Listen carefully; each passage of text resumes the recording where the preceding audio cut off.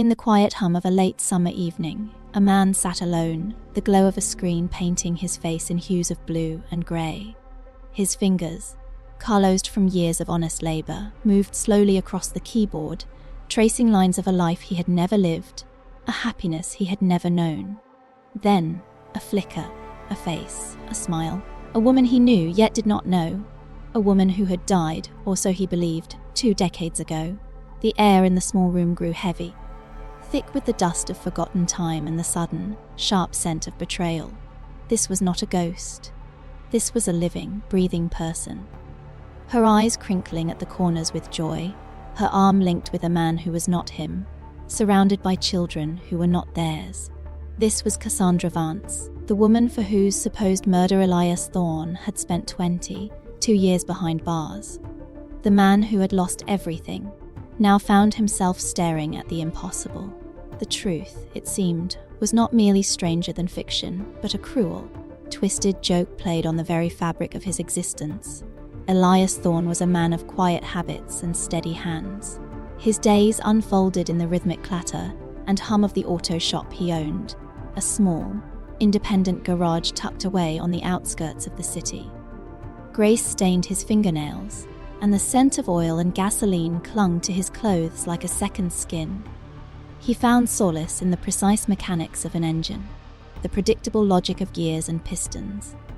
Life, for Elias, was meant to be straightforward, a series of problems to be diagnosed and fixed with diligent effort. He was not a man given to grand pronouncements or flamboyant gestures. His world was one of tangible things, of wrenches and torque, of reliable machinery. He lived in a modest apartment above the shop, a space sparsely furnished but meticulously kept. His evenings were spent reading worn paperbacks, listening to old jazz records, or simply watching the city lights twinkle through his window. He had a few close friends, mostly fellow mechanics or regulars at the local diner, with whom he shared easy silences and occasional, comfortable conversations about cars or the weather. His life was predictable, perhaps even mundane to some, but it was his own, built on the bedrock of hard work and an unassuming integrity. He harbored no grand ambitions, only a desire for peace and a simple, honest existence. Then, Cassandra Vance walked into his world. She arrived one blustery autumn afternoon, her vintage convertible sputtering and coughing like a dying beast. Elias, wiping oil from his brow, remembered the way the sunlight seemed to catch the strands of her auburn hair as she stepped out of the car, a vibrant splash of colour against the grey backdrop of his garage. She was a whirlwind of energy, her laughter echoing through the usually quiet space, her eyes, the colour of warm honey, sparkling with an undeniable vivacity. She spoke with a rapid-fire charm, a captivating blend of wit and a subtle, almost imperceptible edge that Elias, in his quiet earnestness, mistook for strength. Cassandra was unlike anyone Elias had ever known. She moved with a confident grace, dressed in clothes that seemed to whisper of exotic places and untold stories. Her hands, unlike his, were soft and unblemished, adorned with delicate rings that glinted as she gestured. She talked about art, about travel, about a life lived on the cusp of something exciting, something just beyond Elias's reach. She possessed a magnetic quality, drawing people in with her easy smile and a way of making them feel like the most important person in the room. Elias, usually reserved, found himself drawn into her orbit, mesmerized by her tales and the sheer force of her personality. Their initial encounters were purely professional, centered around the ailing convertible. But Cassandra lingered, finding excuses to chat, to ask about his day, to share snippets of her own. She brought him coffee, unsolicited, and occasionally a warm pastry from a bakery he had never noticed. Elias, unaccustomed to such direct attention, found himself blushing, a warmth spreading through him that had nothing to do with the workshop heaters. He was captivated, almost against his will, by her effortless charm and the way she made his predictable world feel suddenly vibrant, filled with unexpected possibilities. Their conversation slowly shifted from car repairs to shared dreams, to the small details of their lives. Cassandra spoke of a desire for stability, a longing for a quiet home and a family, a stark contrast to the restless energy she exuded. Elias, who had always imagined a future much like his present, found himself envisioning a life with her, a life where her laughter filled his apartment, where her presence brought light into his quiet corners. He saw in her not just beauty and charisma, but a vulnerability that he felt compelled to protect, a fragility beneath the glittering surface. He believed her when she spoke of wanting to leave a past behind, a past she hinted at being difficult and complicated, but never explicitly defined. He was a man who fixed things, and he believed he could help fix whatever troubled Cassandra. Their romance blossomed quickly, a whirlwind of stolen moments and whispered promises. Elias, usually so grounded, found himself floating, swept away by the intensity of their connection. He neglected his books, his records, even some of his work, his thoughts consumed by Cassandra. She became his world, the center around which his days now revolved. He introduced her to his few friends, who, while polite, seemed to eye her with a subtle skepticism he dismissed as their quiet nature. He was too deeply in love, too completely enthralled, to notice the fleeting shadows that sometimes crossed her eyes, the moments of evasiveness when he pressed too closely about her past, or the way her phone seemed to buzz with a relentless urgency, always just out of his sight. One evening, weeks into their passionate affair, Cassandra confided in him, her voice hushed, her eyes wide with a mixture of fear and excitement. She was pregnant, she whispered, her hand trembling as she placed it over her stomach. Elias felt a jolt, a sudden rush of emotions, shock, yes, but overwhelmingly, a profound joy, a child, their child. It was a future he had never dared to imagine, a dream he had unknowingly harbored. He embraced her tightly, promising to be there, to build a life for them, to be the father and partner she deserved. He saw it as a sign, a confirmation of their love, a new beginning for both of them. He immediately began making plans, sketching out renovations for his apartment, dreaming of a nursery, of tiny clothes and lullabies. Cassandra played the part beautifully. She spoke of morning sickness, of cravings, of the subtle shifts in her body. She showed him pamphlets from prenatal clinics, talked about names, about the future. Elias, eager and devoted, absorbed every detail, his heart swelling with anticipation. He accompanied her to what she claimed were doctor's appointments, waiting patiently in the lobby while she disappeared inside, emerging later with vague reports and a tired smile.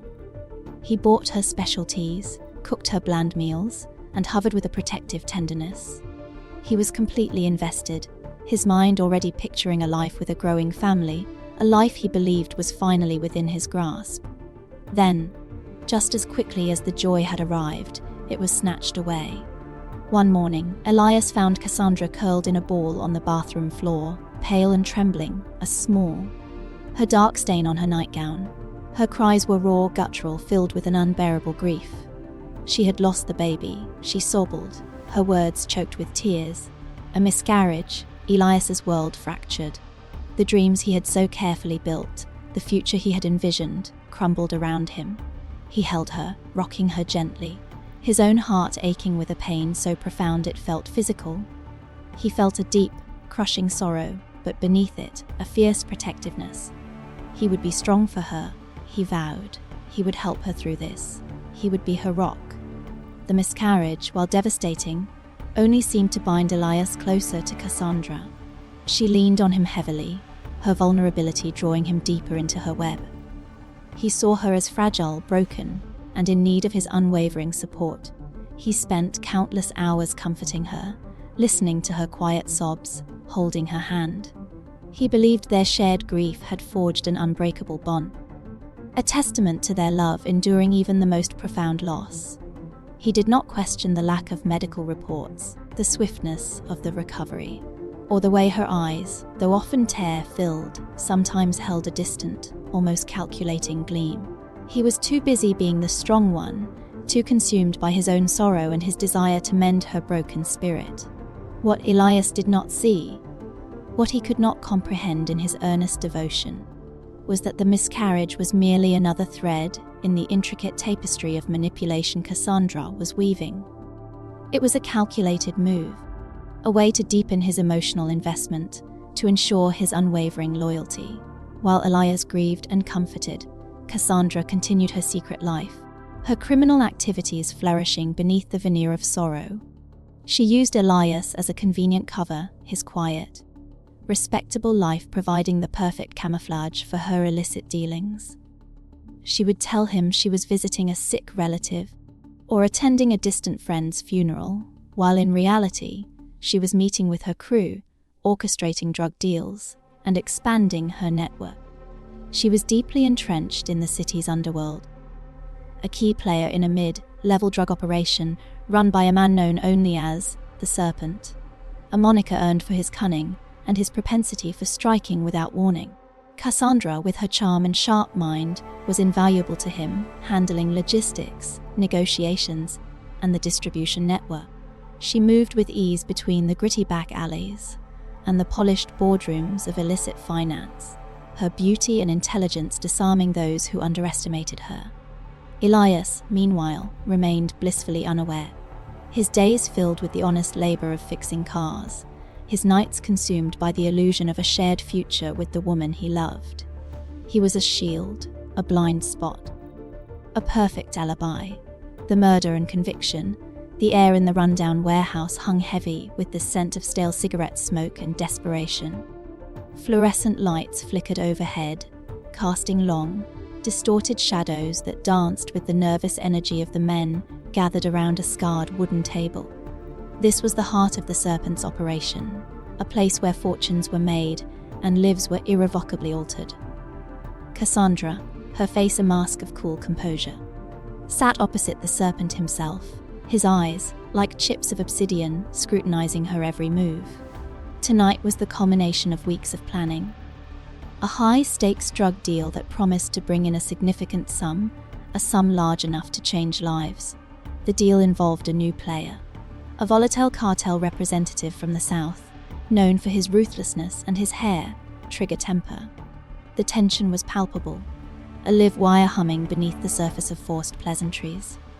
The drugs were laid out, pristine white bricks wrapped in plastic, awaiting inspection.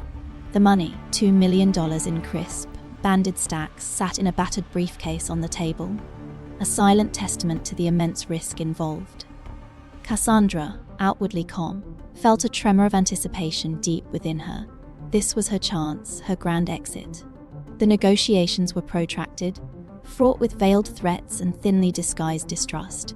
Elias, back at his garage, was oblivious, humming along to a radio tune as he tightened a lug nut on a customer's tire. He imagined Cassandra was at home, perhaps reading or preparing a simple dinner. He pictured her smile, the way her hair fell across her shoulders. His thoughts were a world away from the dangerous dance unfolding in the warehouse. Suddenly, a shout ripped through the tense quiet of the warehouse. A misunderstanding, a perceived slight, perhaps a deliberate provocation. The cartel representative, his face contorted with rage, overturned the table, sending bricks of cocaine scattering across the grimy floor. A gun flashed, then another. Chaos erupted.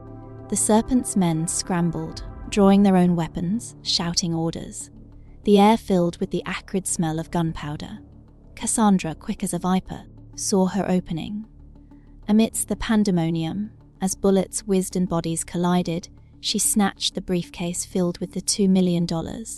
Her movements were swift, practiced, almost graceful in their precision. She had planned for this, for the moment of distraction, the window of opportunity. She melted into the shadows, disappearing from the scene as the warehouse descended into a full-blown shootout. She ran, the heavy briefcase thudding against her hip, adrenaline coursing through her veins. She knew the Serpent would hunt her down, that his wrath would be swift and merciless. She also knew she could not simply vanish. She needed a vanishing act, a disappearance so complete, so undeniable, that no one would ever look for her again. And she had the perfect patsy, the perfect cover, Elias Thorne. His quiet, predictable life, his unwavering love, would be her ultimate shield. Back at their shared apartment, a small, unassuming space that had once felt like a sanctuary to Elias, Cassandra meticulously staged her final performance. The $2 million, now hers, lay hidden beneath loose floorboards. She moved with a chilling calm, her mind sharp, her hands steady. She shattered a vase, scattering shards of ceramic across the living room floor. She overturned furniture, ripped curtains, and smeared a crimson liquid, a mixture of animal blood she had acquired days ago, across the walls and carpet. It had to look convincing, brutal, a scene of unimaginable violence. Then came the crucial piece of evidence. Elias's favorite work shirt, a faded blue denim, lay folded on a chair. She took it, dipped it liberally into the concoction of blood, and then carefully placed it beneath the overturned lamp, as if it had been discarded in a struggle. She even added a few strands of her own hair, strategically placed, to weave a more compelling narrative of a violent struggle. She knew the police would look for DNA, for fingerprints, for any trace. She was leaving a trail, a path designed to lead directly to Elias. Her escape was equally precise. She had a bag packed, a new identity waiting, and a contact who would spirit her across the border before dawn. She took one last look at the apartment, the scene of her carefully constructed deception, and a faint, almost imperceptible smile touched her lips. She was free. Free from the serpent, free from the constraints of her old life, and free from the quiet, earnest man she had so cruelly used. Elias arrived home late that evening, tired but content after a long day at the garage. He unlocked the door, his mind already drifting to the simple pleasure of a warm meal and Cassandra's company. The moment he stepped inside, a cold dread seized him.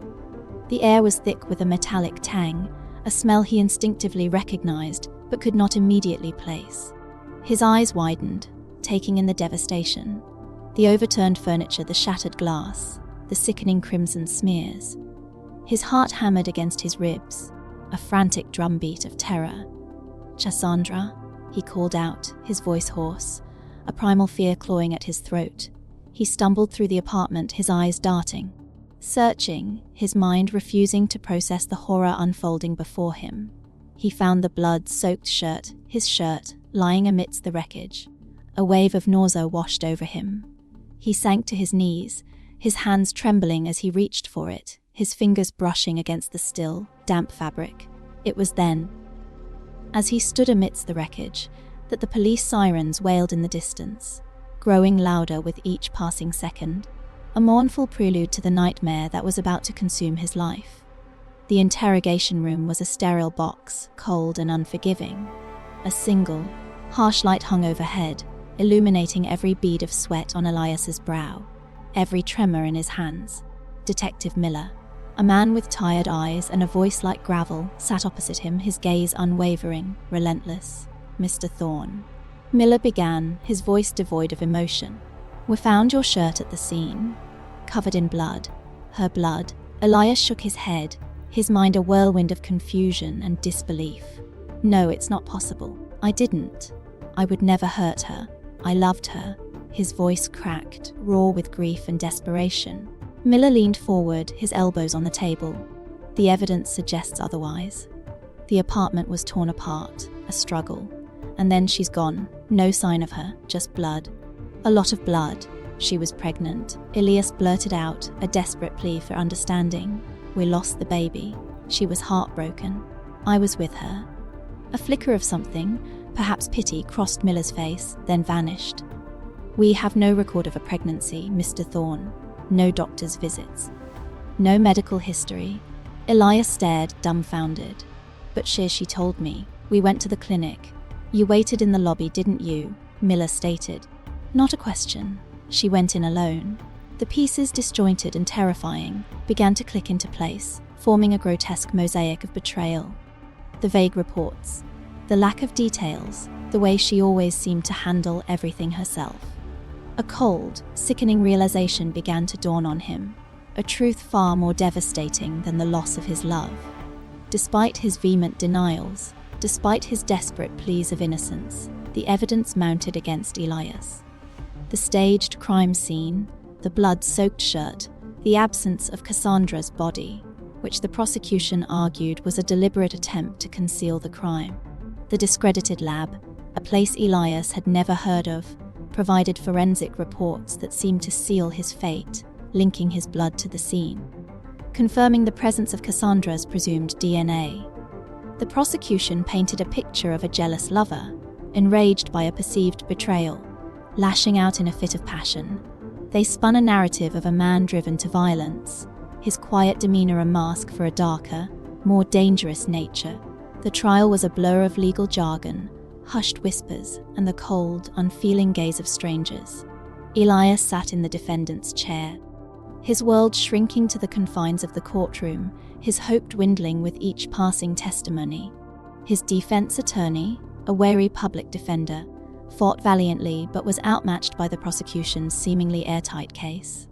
The jury, swayed by the circumstantial evidence and the emotional impact of the victim's disappearance, returned a verdict of guilty. Second-degree murder. Elias Thorne, the quiet mechanic, was sentenced to 22 years in state prison. The gavel struck, a final, resounding blow that shattered the last vestiges of his former life. If you're finding this story gripping, please hit that like button. It truly helps us bring more true crime narratives to life. The clang of the cell door was the sound of a coffin lid closing. Elias Thorne entered a new world, a stark, brutal landscape of concrete and steel, where the sun was a distant memory and the air hung heavy with the scent of despair. Prison was a relentless assault on the senses, a constant cacophony of shouts, murmurs, and the metallic scrape of keys. His days became a monotonous cycle of meager meals, forced labor, and the crushing weight of confinement. He was no longer Elias Thorne, the mechanic. He was inmate number 7349, a faceless statistic in a system designed to break spirits. The initial days were a haze of shock and disbelief. He clung to the hope of an appeal, of some truth emerging that would set him free. But hope, like fresh air, was a luxury in this place. It slowly suffocated, replaced by a bitter resignation. He watched men around him descend into madness or harden into unfeeling shells. He chose a different path, a quiet withdrawal. He learned to navigate the unspoken rules, to keep his head down, to avoid conflict. He became a ghost in his own life, his past a distant, painful echo. Years bled into one another, marked only by the changing seasons glimpsed through a barred window, or the occasional, strained visits from his aging grandmother. She was his last link to the outside, a fragile beacon of unconditional love. She would bring him small comforts, a new book, a handwritten letter. Her eyes filled with an unspoken sorrow. She never doubted his innocence, a belief that, for a time, sustained him. The prison walls became a canvas for his internal struggles. He wrestled with anger, a burning, corrosive rage at Cassandra, at the injustice, at the life stolen from him. He grappled with regret, replaying every moment with her, searching for the signs he had missed, the red flags he had ignored. He mourned the loss of his freedom, his dignity, his future. The vibrant dreams he once held were replaced by the stark reality of his cell, a constant reminder of his captivity. One cold winter morning, a guard delivered the news. His grandmother had passed away in her sleep. Elias felt a profound emptiness, a void that no amount of time or reflection could fill. She was gone, and he had not been there. He had not been able to say goodbye. The news extinguished the last flickering ember of hope within him. He was truly alone now, adrift in a sea of despair. His only companion the gnawing bitterness of his fate. He retreated further into himself, his silence becoming a fortress, his eyes holding a haunted, distant look. 22 years, a lifetime. The world outside had changed irrevocably.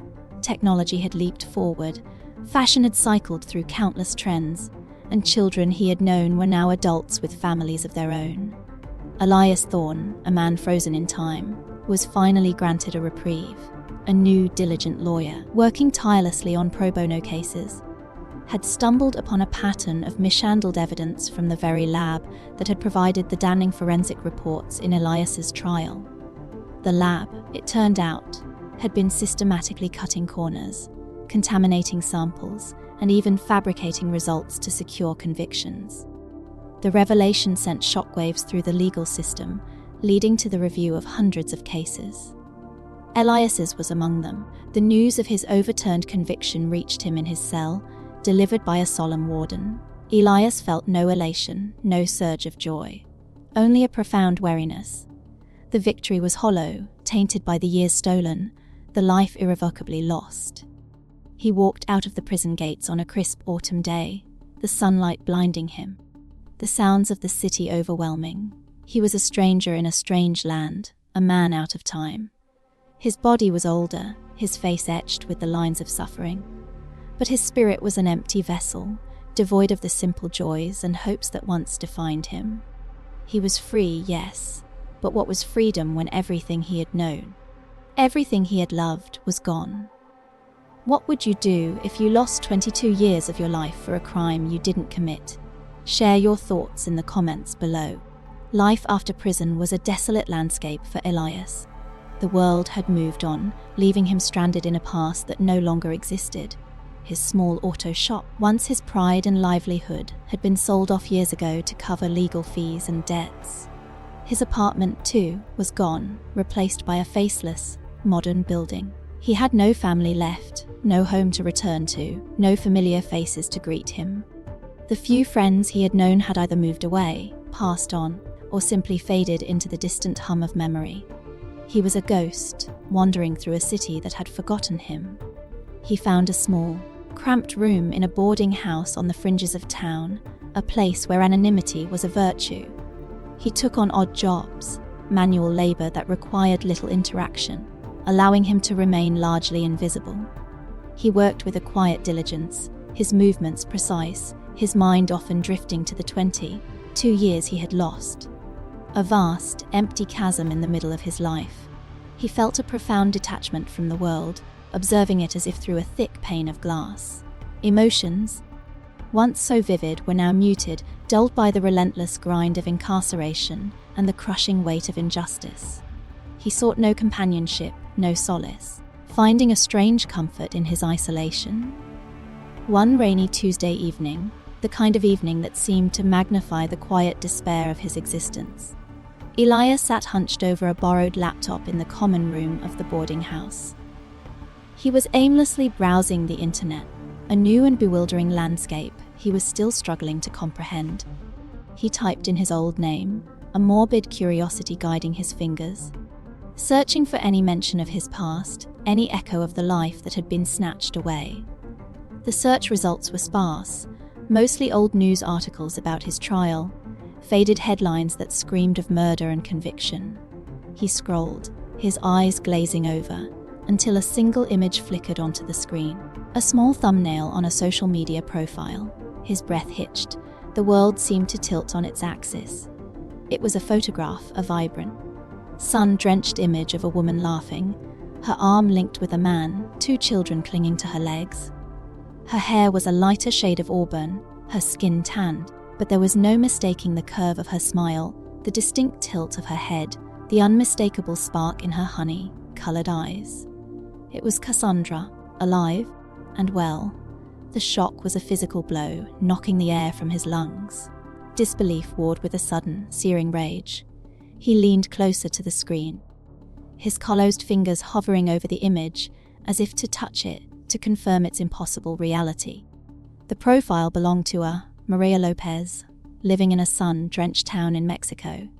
The photos depicted a life of idyllic happiness, family vacations, birthday parties, candid moments of joy. She looked vibrant, content, utterly oblivious to the shattered life she had left in her wake. The contrast was a cruel mockery, his 22 years of hell, her 22 years of blissful freedom. He spent the rest of the night, and the days that followed, consumed by a singular, burning obsession. He meticulously cross-referenced every detail, every subtle feature. He found old photographs of Cassandra, comparing them to the new images, noting the slight changes that time and a new life had etched upon her face. He found articles about the man in the picture, a successful resort owner named Miguel Lopez. He found school records for the children, their names, their ages. Every piece of information, every confirmation, fueled the cold fire that now burned within him. It was her. It was undeniably her. Cassandra Vance, the woman for whose murder he had been imprisoned, was alive, living a life of luxury and happiness, completely unburdened by the ruin she had wrought. The injustice of it was a bitter taste in his mouth, a poison that seeped into every fibre of his being. The quiet man who had once sought only peace now harboured a single, unwavering purpose: to confront the ghost who had stolen his life. The journey to Mexico was a blur of bus rides, cheap motels, and a relentless focus that bordered on obsession. Elias moved with a quiet determination, each step fueled by the burning image of Cassandra's smiling face, a face that had haunted his nightmares for 2 decades, now mocking him from a sun-drenched social media profile. He had liquidated the meager savings he had accumulated from his odd jobs. Every dollar dedicated to this singular, desperate pilgrimage.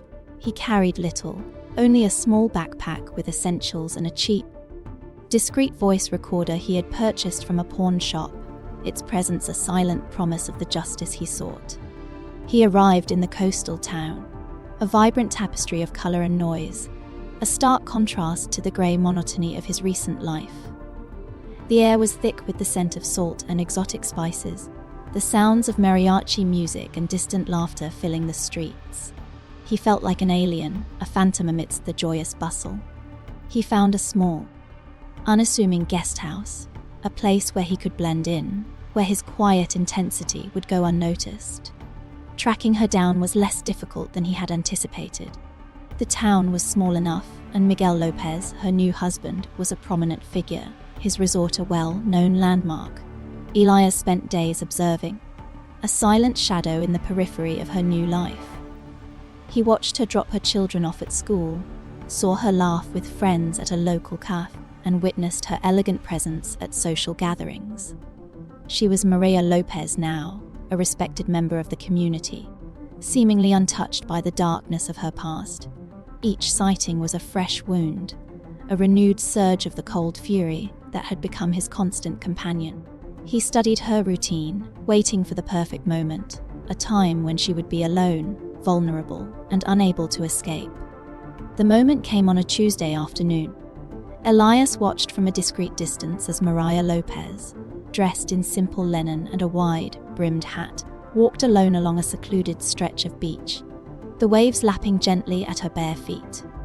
The setting was idyllic, almost painfully beautiful, a stark contrast to the storm brewing within Elias. He approached her slowly, his footsteps muffled by the soft sand. He moved with a quiet grace, the years of physical labor giving his movements a deceptive strength. Maria, lost in her thoughts, did not notice him until he was just a few feet away. She turned, her eyes widening in surprise, then confusion. Her smile faltered, replaced by a flicker of unease. "Cassandra," Elias said, his voice a low, steady rumble, devoid of any emotion, a stark contrast to the tempest raging within him. Her eyes, those honey-coloured eyes he had once loved, now darted, searching for an escape, for a denial. A tremor ran through her. "I think you have me mistaken for someone else," she said, her voice a little too high, a little too quick.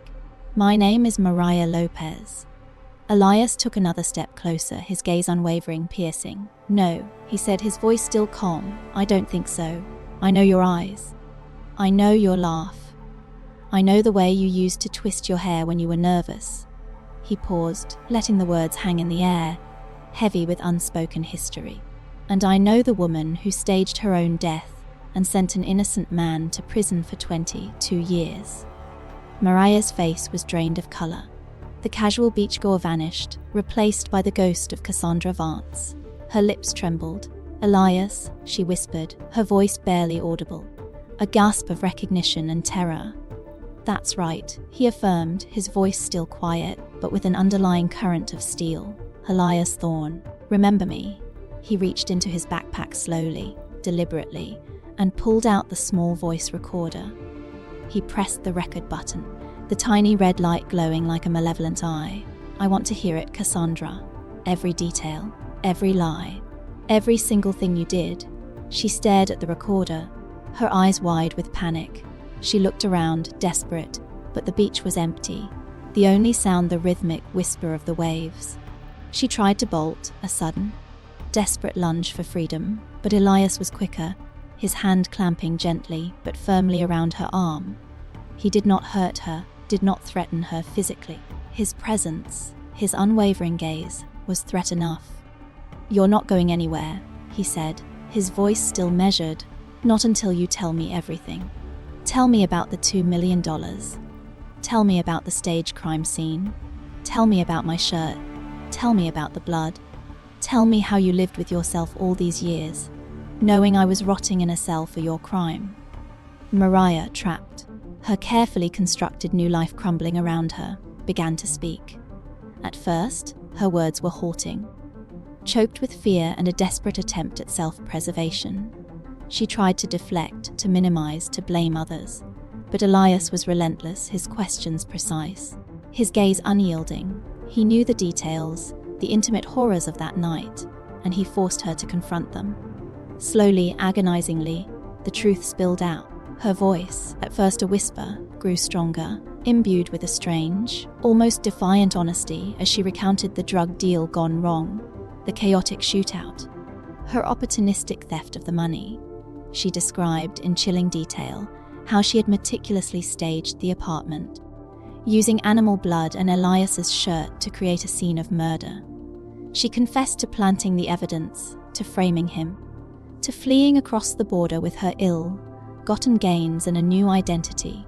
She spoke of the fear of the serpent, the desperate need to disappear, and how Elias, with his unwavering devotion, had been the perfect, unwitting scapegoat. There was no remorse in her voice, only a cold, clinical recounting of events, a chilling detachment that spoke volumes about her true nature. Elias listened, his face impassive, the small red light on the recorder silently documenting her confession. Each word was a fresh stab, a confirmation of the profound betrayal that had stolen his life. He felt no satisfaction, no triumph, only a deep, abiding emptiness. The truth, when finally revealed, was not liberating, but merely a heavier burden. When she finished, her voice hoarse, her eyes hollow, Elias simply nodded. He released her arm, the recorder still clutched in his hand. He turned, his gaze sweeping across the beautiful, indifferent ocean, and walked away, leaving Mariah Lopez, or Cassandra Vance, standing alone on the beach, her new life shattered, her past finally catching up to her. Don't forget to subscribe to our channel for more untold stories of crime and justice. The confession, recorded and chillingly clear, hung in the air between Elias and Cassandra like a silent, deadly accusation.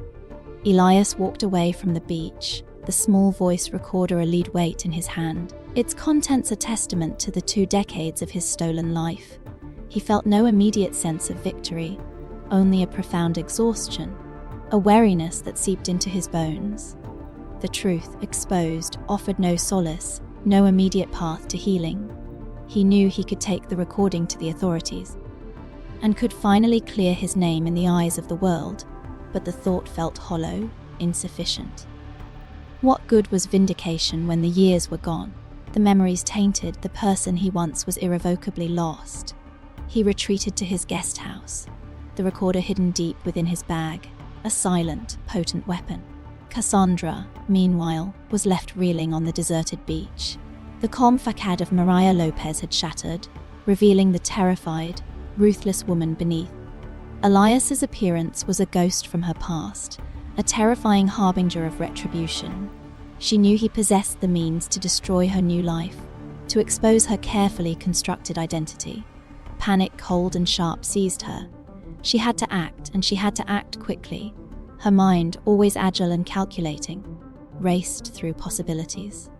Disappear again, run, but where and how? The $2 million long since spent on her lavish new life was no longer a shield. She returned home, her composure a fragile mask, and tried to resume her life, but the encounter had irrevocably altered her.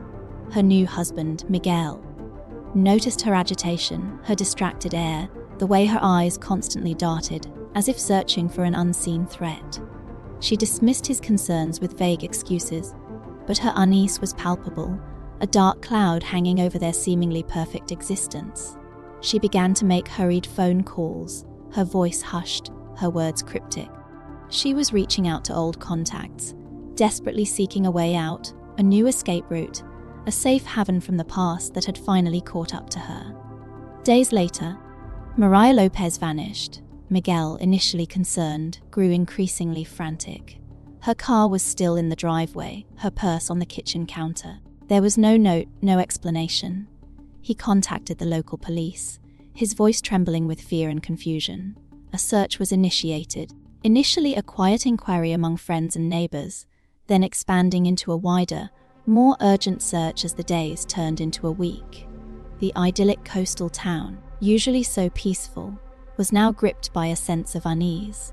Elias, still in the guest house, watched the unfolding drama from a distance, a detached observer. He saw the missing person posters, heard the hushed conversations among the locals.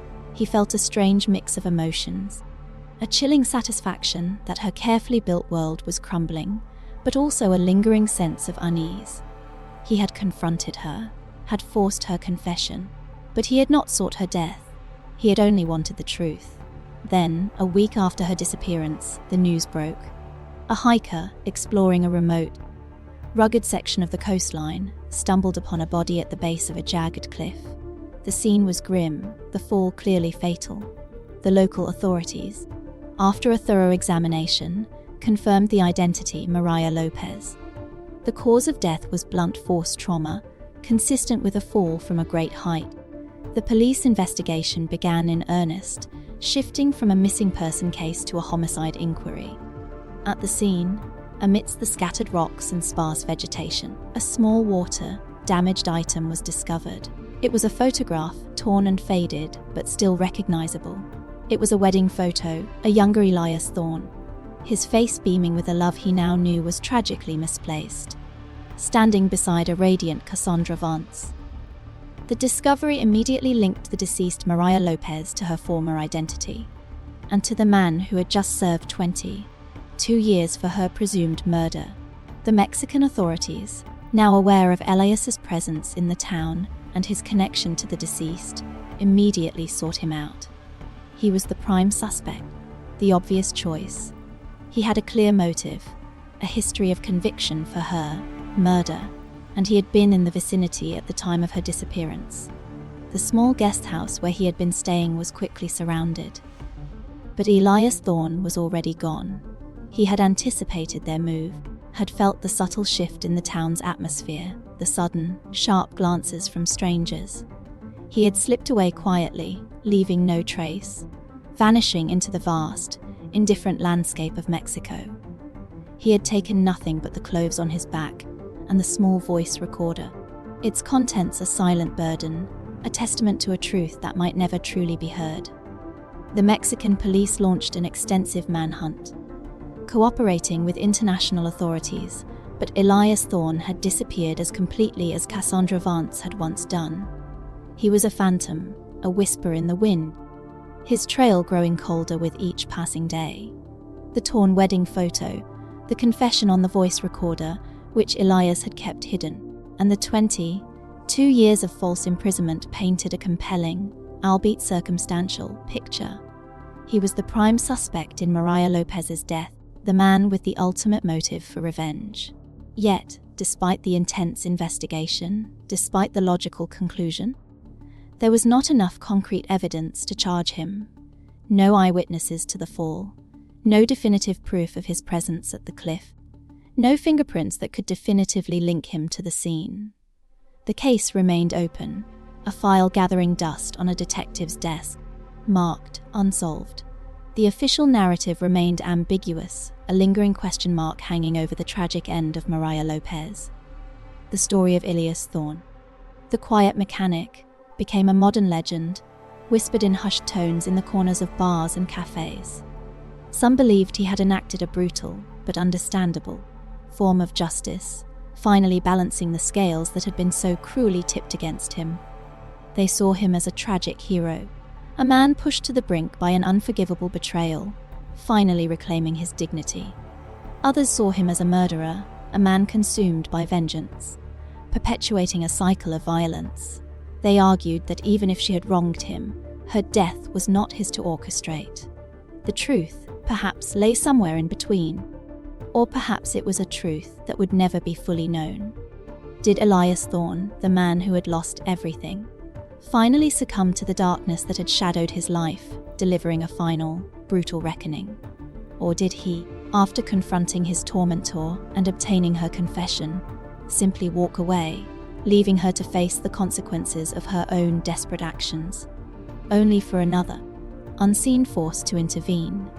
The torn wedding photo found at the scene was the only silent witness, a relic of a love that had turned into a weapon, a symbol of a life destroyed and a justice perpetually elusive.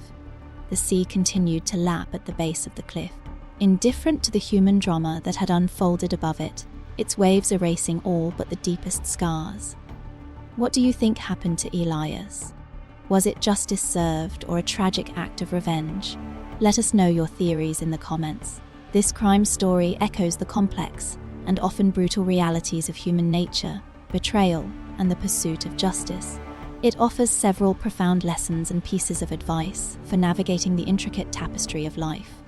First, the narrative of Elias Thorne and Cassandra Vance underscores the insidious nature of manipulation. Cassandra's ability to weave a web of deceit, from the fake pregnancy to the staged murder, highlights how easily trust can be exploited. Elias, a man of simple honesty and unwavering loyalty, became a victim precisely because of his good nature. Lesson learned: be acutely aware of the red flags in relationships. While love can blind us, a consistent pattern of evasiveness, unexplained absences, and a reluctance to share personal details should always raise concern. True intimacy is built on transparency and mutual respect, not on carefully constructed illusions. Always listen to your intuition, even if it whispers uncomfortable truths. Second, the story vividly portrays the devastating impact of a flawed justice system. Elias's 22 years of wrongful imprisonment, a consequence of mishandled evidence from a discredited lab, is a stark reminder of the system's fallibility. His innocence was not enough to save him from a conviction based on circumstantial evidence and a compromised investigation. Advice: if you ever find yourself entangled in legal difficulties, prioritize securing competent and ethical legal representation. Do not underestimate the power of evidence, both real and fabricated. Understand your rights, and if something feels wrong, pursue every avenue to ensure due process and a fair trial. The truth, unfortunately, does not always prevail on its own. Third, the narrative explores the corrosive power of bitterness and the elusive nature of revenge. Elias's life after prison, marked by profound detachment and a singular focus on confronting Cassandra, suggests that even when justice is sought, it may not bring the peace one desires. The ambiguity of Cassandra's death leaves the reader to ponder whether Elias found a form of closure, or if he merely perpetuated the cycle of pain. Lesson learned: while seeking accountability is vital, allowing bitterness to consume you can be as destructive as the initial betrayal. True healing often requires a path beyond vengeance, a journey towards acceptance, and perhaps even forgiveness, not for the perpetrator, but for your own peace of mind. Consider what truly constitutes justice for you, and whether that involves further entanglement in the very pain that wounded you. Fourth, the story implicitly advises caution in whom you place your complete trust. Elias's unwavering devotion to Cassandra, despite her veiled past and increasingly suspicious behavior, ultimately led to his downfall. His desire to fix her, to save her, blinded him to her true character. Advice: cultivate discernment. While it is important to be open-hearted, it is equally crucial to observe actions over words, and to understand that not everyone operates with the same moral compass. Protect your emotional and physical well-being by establishing clear boundaries and recognizing when a relationship is based on manipulation rather than genuine connection. Finally, the story leaves us with a lingering question about the nature of truth and its consequences. Cassandra's confession, though recorded, never reached the official channels, leaving her death shrouded in mystery and Elias's ultimate fate unknown. The truth in this narrative is a private burden, a silent witness to a life destroyed. Lesson learned: the truth, while powerful, does not always guarantee resolution or public vindication. Sometimes, the most profound truths are those we carry within us, shaping our understanding of the world and our place within it. The pursuit of truth can be a lonely and arduous journey, and its revelation may bring more questions than answers. Remember to like, comment, and subscribe for more deep dives into the human psyche and the dark corners of crime. Your engagement helps us continue to tell these compelling stories.